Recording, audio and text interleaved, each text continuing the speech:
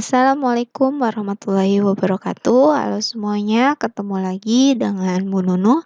Kali ini kita akan membahas tentang rumus sudut rangkap karena sebelumnya kita sudah membahas tentang rumus jumlah dan selisih antara dua sudut. Nah, ketika sudutnya sama, maka akan didapatkanlah yaitu sudut rangkap. Nah, kali ini kita akan mempelajari rumus-rumusnya untuk perbandingan trigonometri, sinus, kosinus, dan tangen.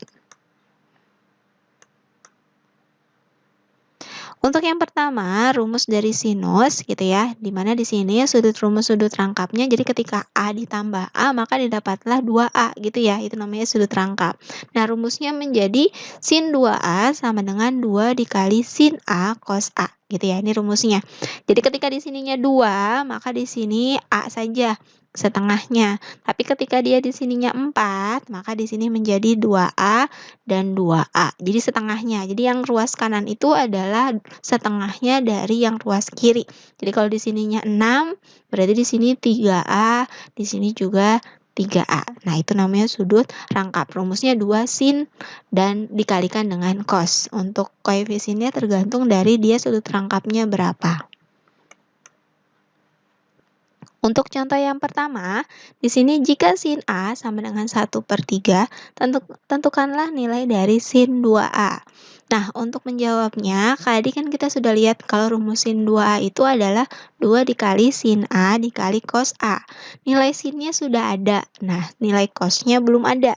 Berarti sebelum kita menghitung dari sin 2A-nya, kita cari dulu nilai cos A-nya.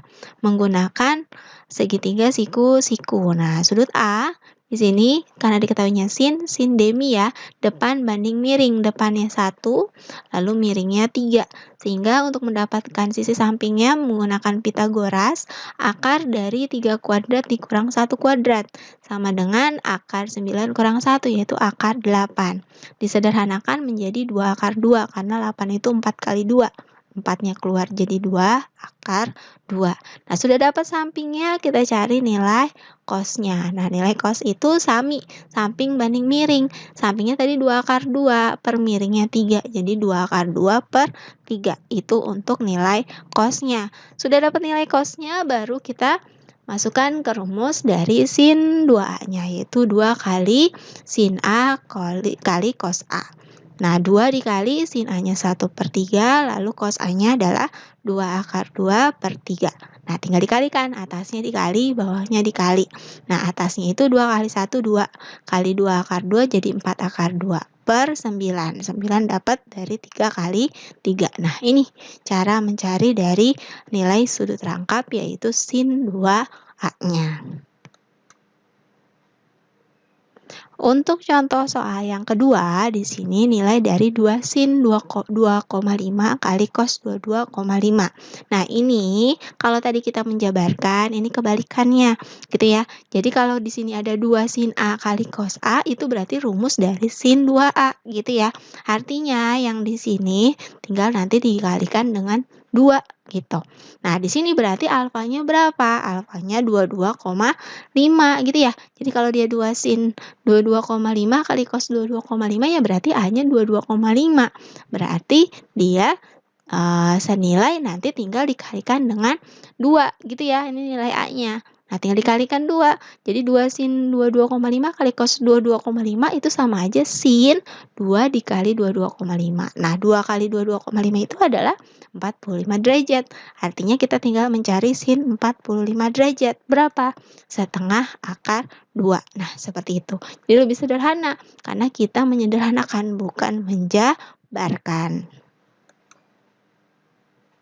Untuk rumus yang kedua, yaitu rumus kosinus. Jadi kalau rumus kosinus di sini cos 2A sama dengan cos kuadrat A dikurang sin kuadrat A. Nah, ini rumus dasarnya ya. Jadi kalau cos 2A itu rumusnya adalah cos kuadrat A dikurang sin kuadrat A. Nah, ini sama kayak sin. Jadi kalau misalkan namanya sudut rangkap, jadi kalau di sininya itu 2 kalinya, berarti yang ruas kanannya itu setengah kalinya. Jadi kalau di sini 2A, berarti di sini A. Masing-masing A. Tapi kalau di sini 6A, berarti di sini 3A sama 3A. Kalau di sininya 4 A berarti di sini 2A sama 2A. Atau misalkan di sini A saja, berarti di sini setengah A sama setengah A.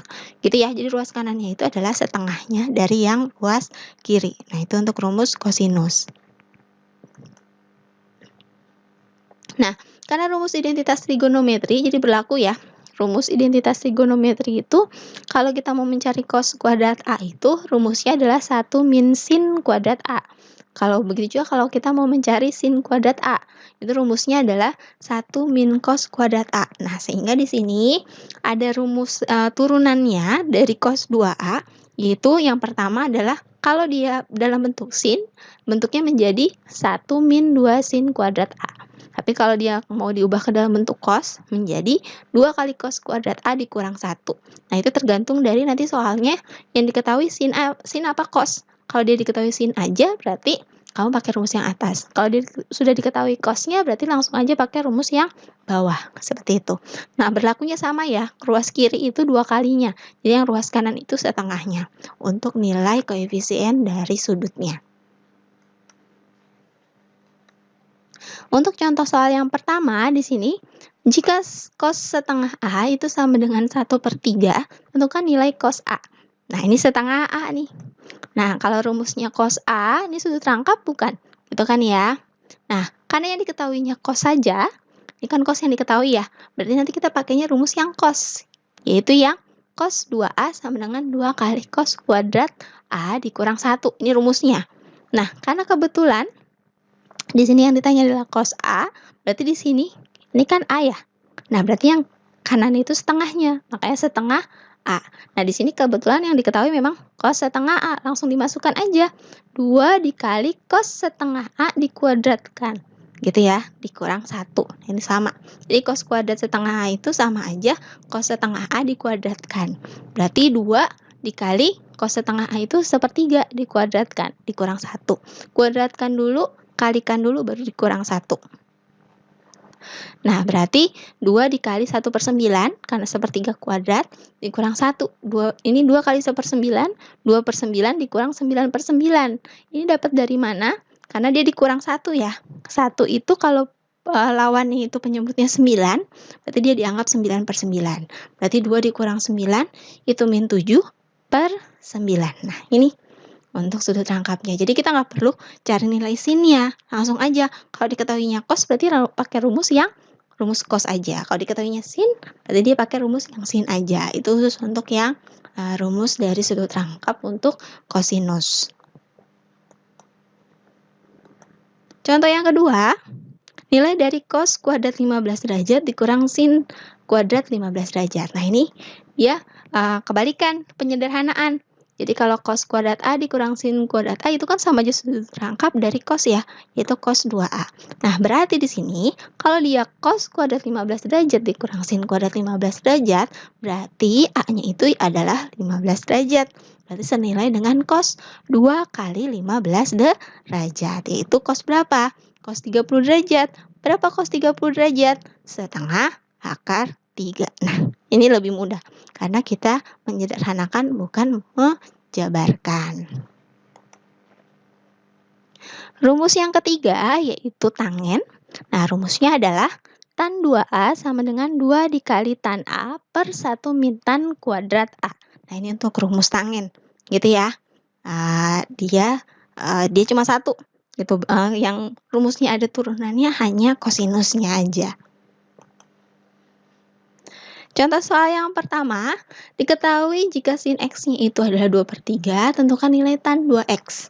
Nah, tadi tan itu rumusnya adalah tan 2X itu rumusnya adalah 2 dikali tan X per 1 min tan kuadrat X. Berlaku sama ya, kalau ini 2, berarti sini 1, 1. Tapi kalau di sininya 6, berarti 3, 3. Pokoknya yang kanan setengahnya aja. Gitu ya. Nah, yang diketahui sin, kita mau butuhnya tan. Berarti cari dulu tannya. Pakai segitiga siku-siku. Sin itu apa? Karena ini X-nya ya, sebagai X-nya, jadinya dia di sini demi, depannya 2, miringnya 3, berarti sampingnya kita cari pakai Pitagoras, 3 kuadrat kurang 2 kuadrat, didapatlah di sini akar 5, gitu ya. Nah, berarti kalau kita mau cari tannya, tan desa, nah depannya itu 2, sampingnya itu tadi kita dapat akar 5, berarti 2 per akar 5, gitu ya. Nah, tinggal masukkan rumusnya. Tan 2x sama dengan 2 kali tan x per 1 min tan kuadrat x. Berarti 2 dikali 2 per akar 5 per 1 min 2 per akar 5 dikuadratin. Kuadratin dulu nih yang bawah. Berarti jadinya kalau yang atas tetap dikali nih 2 kali 2-nya. Jadi 4 per akar 5. Yang bawah 1 min 2 per akar 5 dikuadratin. Jadi 4 per 5. Nah, berarti ini satunya diubah jadi 5 per 5 karena lawannya penyebutnya 5. Nah, yang atas 4 per akar 5 per 5 per 5 kurang 4 per 5, jadi 1 per 5. Sampai ini kita ubah jadi perkalian. 4 per akar 5 dikali, karena ini 1 per 5 dibalik. Jadi 5 per 1. Didapatlah 4 kali 5, 20 per akar 5. Nah, karena penyebutnya akar, rasionalkan. Dikalikan akar 5 per akar 5. Jadinya 20 kali akar 5 jadi 20 akar 5 per akar 5 kali akar 5, 5. Nah, 20 sama 5-nya bisa dibagi. Gitu ya, dicoret. 20 bagi 5 hasilnya 4. Berarti hasil akhirnya adalah 4 akar 5. Nah, seperti itu. Gitu ya. Nah, ini untuk contoh yang pertama. Untuk contoh yang kedua, di sini nilai dari tan 15 derajat per 1 min tan kuadrat 15 derajat. Nah, ini juga sama. Dia tidak menjabarkan, tapi dia menyederhanakan. Nah, sesuai dengan rumusnya, tan 2x itu adalah 2 kali tan x per 1 min tan kuadrat x. Nah, kalau misalkan dia tan 15 derajat per 1 min tan 15 kuadrat 15 derajat. Nah, artinya di sini kalau dia tadinya rumusnya di situ ada 2-nya, ternyata di sini nggak ada 2-nya di depannya. Artinya dia dikali dengan setengah. Gitu aja ya. Jadi kalau misalkan di sininya 4, ya berarti dia dikalikan dengan 2. Gitu aja. Karena dia rumus awalnya harus ada 2-nya. Jadi kalau di sini nggak ada 2-nya, berarti dia dikalikan dengan setengah. Dengan rumus awalnya dikalikan dengan setengah. Jadi depannya ada setengahnya. Setengah dikali baru masukin rumusnya. Sehingga di sini tetap A-nya itu adalah, atau X-nya itu adalah 15 derajat. Berarti setengah kali tan 2 kali 15 derajat. Gitu. Berarti setengah kali tan 30. Tan 30 itu 1/3 akar 3. Nah, berarti setengah kali 1/3 akar 3, 1/6 akar 3. Nah, seperti itu. Gitu ya, jadi jangan bingung. Jadi harus ditambahin setengah karena di sini 2-nya nggak ada. Tapi kalau ada 2-nya gimana? Ya nggak perlu dikali setengah lagi gitu.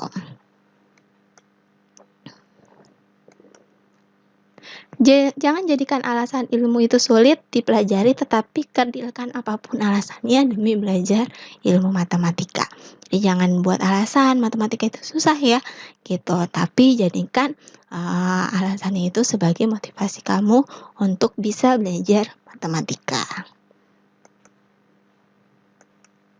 Untuk latihannya, kamu bisa buka buku paket halaman 40.